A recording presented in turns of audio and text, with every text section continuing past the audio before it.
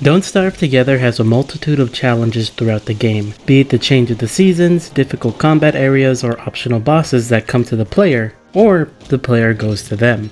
This is where the challenge of the game lie. A lot of times combat is simple. Go in, get a few smacks, and get out. Other times you need to bait an attack before you can get your opportunities. Some people will complain saying that this is boring, but it's a lot more nuanced and intricate than it may seem at the first glance. In many fights, it's all about determining when the player can safely do damage. That is what makes or breaks what combat is. There are certain things that enemies do that feel random and can cause trouble when we combat them. One of the first ones people may notice is hit stun. Nearly everything you hit will have hit stun. Some creatures allow you to use this to completely negate their attacks, meaning you can fight them without worry of being attacked. This mostly belongs to spiders and bees, not counting strong spiders like spitters, the shattered spiders, and spider warriors. All the other creatures don't have their attacks cancelled, meaning you could only get a few hits in before they attack back. This is just the common way to fight nearly every creature in the game. There are some creatures though that will stop receiving hit stun before they attack back. This is all because of Wanda and now soon Walter's update. Certain creatures have hit stun caps, meaning they can only be stunned a certain number of times consecutively before they will be given stun immunity for half a second. This normally only affects players because they are the only thing in the game that attacks fast enough to activate it. But against certain bosses, mobs can actually do pretty well against them since they won't be stun locked after a few hits in a row. But these balances primarily are for against players, since stun locking is very strong with certain characters. Merms, pigmen, bunnymen will ignore a stun after 2 hits. Walrus, deers, and bee queen take 4 hits before they have stun immunity, and phase 3 of champion take 5 hits. Oftentimes you don't really get to see the caps on these bigger monsters take into effect because they will usually move out of the way before you can get them. But some really good players know how to take advantage of them. Like here where we see Matt gaining a lot of damage thanks to him resetting the stun cap on Bee Queen as she is running away. An interesting thing is that stun not only applies to mobs but it also applies to players too. Majority of the time you will just get stun locked to death if there's enough creatures around you, as players have no way to limit their stun time. However, bees and mosquitoes do give you some stun immunity. Getting hit by a bee will stop you from getting stunned by another bee for 1.5 seconds. The same goes with mosquitoes. Grumblebees also have a 0.5 second stun resist, but only if the player is wearing a beekeeper hat. That's why it is useful for players to wear these hats during the queen fight, so you'll be less likely to be stun locked. Certain characters also have stun immunity while doing certain actions. Woody, while in moose form, has 2 instances of stun immunity, one while he is charging, and the other is when he's starting the slam attack. Wigfrid has stun immunity while she is in the process of singing a song and dashing with her spear. But there is one stun that no one really thinks about, and that is the item breaking stun. It usually only applies to armors, but it also applies to items that are not standard weapons. Like if you're using tools for weapons, they will break on you and cause you to be stunned. True weapons actually don't have this stun animation, instead just fading out of existence when they get low on durability. However, armor is really the kicker here. When armor breaks, you will get that little stun animation as well. Normally it doesn't matter because you're already getting hit, causing the armor to break. However, this item break stun can counteract stuns that normally you'd be able to fight through.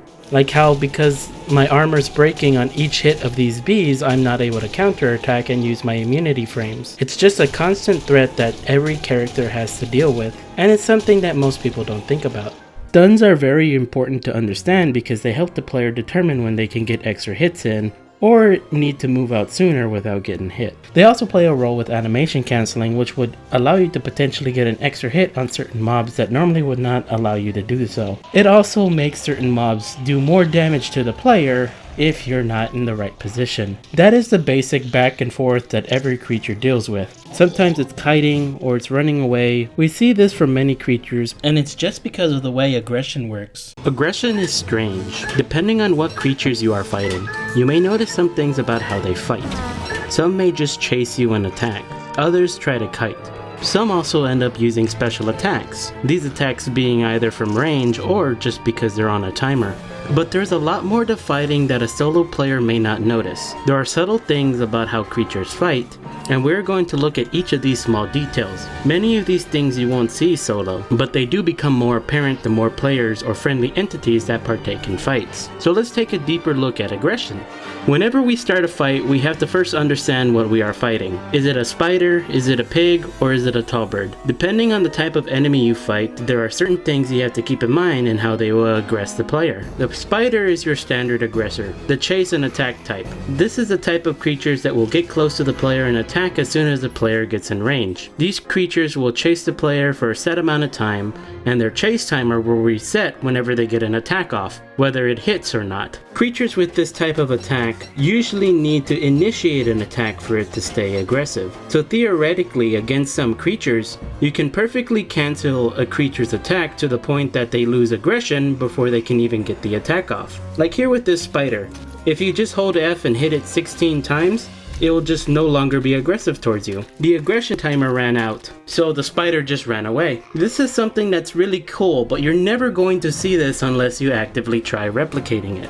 This basic aggression of chase and attack applies to just about every creature in the game. Most creatures will get in range and try to attack the player, and refresh their chase timer every time they get a successful attack attempt. However, there are some creatures that don't have aggression timers. So what happens here? Hounds and shadow creatures are the main ones that don't have aggression timers. They will endlessly chase the player until they get an attack off, or until they get unloaded. Their aggression works based on when they do an attack. These creatures instead have a chance to de-aggro every attack that is missed. I don't know the exact numbers for hounds de-aggroing. It might be 50%, but it may also be 33%. Same as the shadow creatures. If you never let these creatures attack though, they will endlessly chase the player. The shadow creatures will even wait for you while you are sleeping to get a final bite off. Now that is some dedication.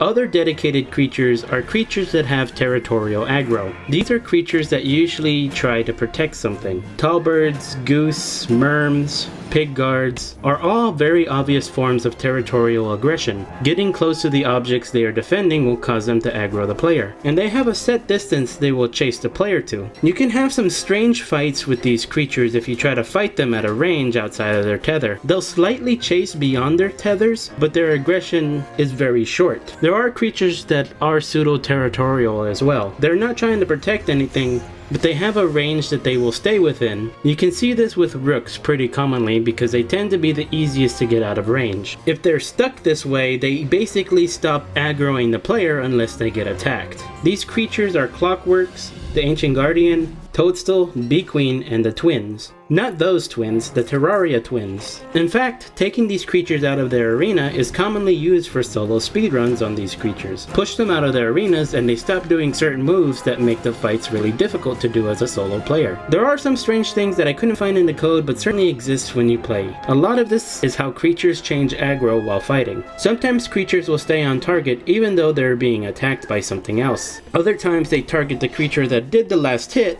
and won't change targets till the animation is over. And other times they'll attack the creature that attacked last, but will swap aggression before the animation is over. There are also some strange things with creatures that have herd mentality, primarily beefaloes. They have both a tether range, but also a timer. When beefaloes are out of heat, they will keep chasing the player until the timer expires, meaning you can get them really far away from their herd. While beefaloes are in heat, however, they will be more tethered to their herd. This difference in aggression time makes it possible to safely shave beefaloes while in spring without waking up the whole herd, which normally would happen if you get close to the herd. And finally, there's also aggression range. This means that if you get far enough away from a creature that is hostile towards you, you can cut their aggression time short. The distance is usually 10 or 15 turf tiles, but it varies on the creatures. And understanding a creature's cycle is the best way to combat them. While fighting, there are a bunch of timers that are counting down. From attack rate to aggression timers to face player timers, there are many things that use timers to dictate what actions they will do. Majority of the time, timers are just a cooldown. Once they are complete, the creatures will be ready to do their next attack when they get in range. On the other hand, some actions have a retry timer instead of being a true cooldown.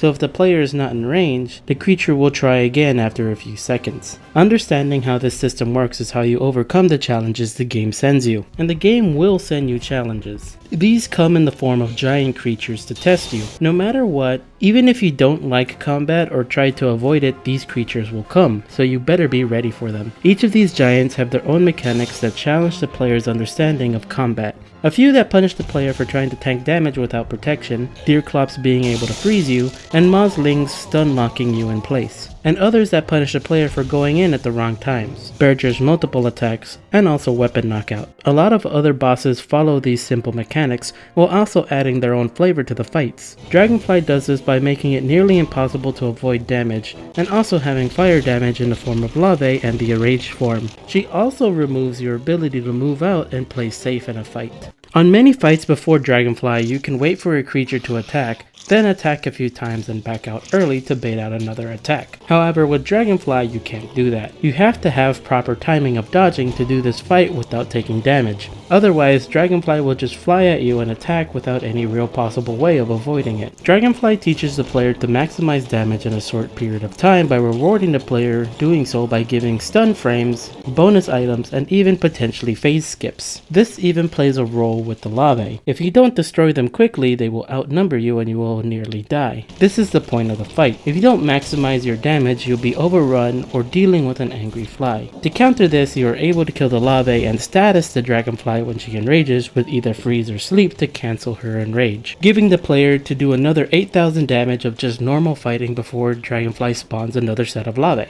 Bee Queen on the other hand never gives you a breather with the constant threat of Grumblebees. If you try to kill Grumbles, she will just spawn more. That's why in her first phase, people leave just one Grumble alive. She won't be able to spawn more Grumbles unless they're all dead. She also prevents you from effectively kiting with her honey trail slowing the player, as well as how fast she attacks. That also only works until phase 2, where Bee Queen spawns 2 waves of Grumbles, and the player can no longer tank. This is where the player has to properly position or use specific items to even get an opportunity to do damage. And her third phase actually makes this easier with her commanding action. So Bee Queen is all about taking advantage of any moments of damage you can get while just not getting overwhelmed by the constant onslaught. Werepig is another boss that focuses more on going in on the right time, versus just trying to outlast him. If you try to tank damage against this boss, you're not going to have a good time, especially with the fact that later on in the fight you can just get comboed. It may feel like you need to get in and do damage because the Werepig constantly regens. But this is only part of the challenge of the fight. You need to really time yourself and ensure that you find the right position to do damage. Hence why he gets tired. During this tired phase he actually regens more, but during this time if you attack him the regen doesn't count and you can get more damage in than before. You just need to do this a few times and repeat. Next is Toad, and Toad is a boss all about messing with your inventory while also making you not do reliable damage. With trees that buff the Toad, bombs that reduce where you can attack, and later a smash attack that reduces the amount of time you can do damage. There is only a small moment in which you're able to do damage without worry, and that is when Toad is walking back to the center to spawn more trees. All of these bosses showcase the player's understanding of using the simple tools of evasion, tanking, and attacking all in their own unique ways, because it's up to the player to understand when to do damage, when to wait, when to play cautiously, and when to trust in your preparedness of armors and healing to make it to the end of the fight. No other bosses showcase this more than the Ancient Fuel Weaver. This guy was the main final boss of the game, and if you were not ready with how to deal with him, you'll most likely end up dying over and over again. So much so that people constantly complain about this boss and suggest he be changed. But why is it that so many people hate this boss? Why is there such a division on changing him versus keeping him the same? Well, I think it's because Fuel Weaver is just different from every other boss, but he is also the same. In reality, Fuel Weaver is just a final test of a long series of other tests that the player never really learned to solve. We take for granted the boss fights in the game mainly because in every single fight we can straight throw everything we got at the boss and eventually they will go down. No matter how many mistakes we make, we can keep reviving and attacking, slowly whittling down their HP till it's gone. But that doesn't really work with Fuel Weaver. Fuel Weaver doesn't play by your rules. If you don't match with him, he will destroy you, no matter how many supplies you bring. Because you see, Fuel Weaver is not a fight, it's a dance. It's a dance of all the mechanics that other bosses should have taught you. What to avoid, when to attack, and how to maximize damage. Fuel Weaver is a fight with 2 phases. First phase is 16k to 10k. This phase, Fuel Weaver only has 3 moves: the basic attack, the Bone Cage, and the Bone Spike attack. Where the Fuel Weaver is determines what attack the Fuel Weaver does. If Fuel Weaver is near the center, he will do the Bone Spike attack. If he is outside of the center, he will do the Bone Cage. A timer dictates which attack he will use after checking his location, each having 10 seconds, and they both get reset when one gets used. The Bone Cage, however, can get off sync thanks to its retry timer, meaning you can manipulate what attacks Fuel Weaver will do for the first phase. In order to do this, you must dodge the Bone Cage when it gets activated, causing the cage to have a higher timer than the Bone Spike, making Fuel Weaver choose the Bone Spike till the timers get back in sync. In the second phase, Fuel Weaver ditches the spike attack and instead becomes invulnerable and spawns healing shadows in the center. The player needs to prevent Fuel Weaver from eating any shadows while also removing the shadow hands that make Fuel Weaver invincible. You gotta do this while Fuel Weaver is still attacking you and impeding your movements. Oh, and you also gotta be insane to remove the invincibility shield, so good luck with that. Each of these attacks will continue again 20 seconds after they are destroyed, meaning you can potentially time these to ensure you get 20 seconds of uninterrupted damage. Phase 2 can feel like you're trying to juggle all these different items that you need to even get an opportunity to do damage, and that's why this fight is a dance. Staying calm and understanding how things work while also maintaining your stats is the key to success in any situation, and that's true here. Having all these interactions happen all at once is what causes a player to have trouble who is not prepared for this fight. They get overwhelmed because of a mistake and all that progress you made is gone, which is something we take for granted. Don't Starve Together gives a lot of opportunities to retry quickly after failing compared to its single player counterpart, but I feel Fuel Weaver is a perfect embodiment of the original style of Don't Starve. It's a fight that certainly is a wake-up call to the easier nature of Don't Starve Together, and it really does show the beauty of combat. That is all for this video. Thank you for watching. I hope you enjoyed. Combat is seen as simple and boring, but that's because we approach things only in one way. There are many ways to approach the troubles the game gives you, so be creative. You certainly have enough lives to give each attempt a shot.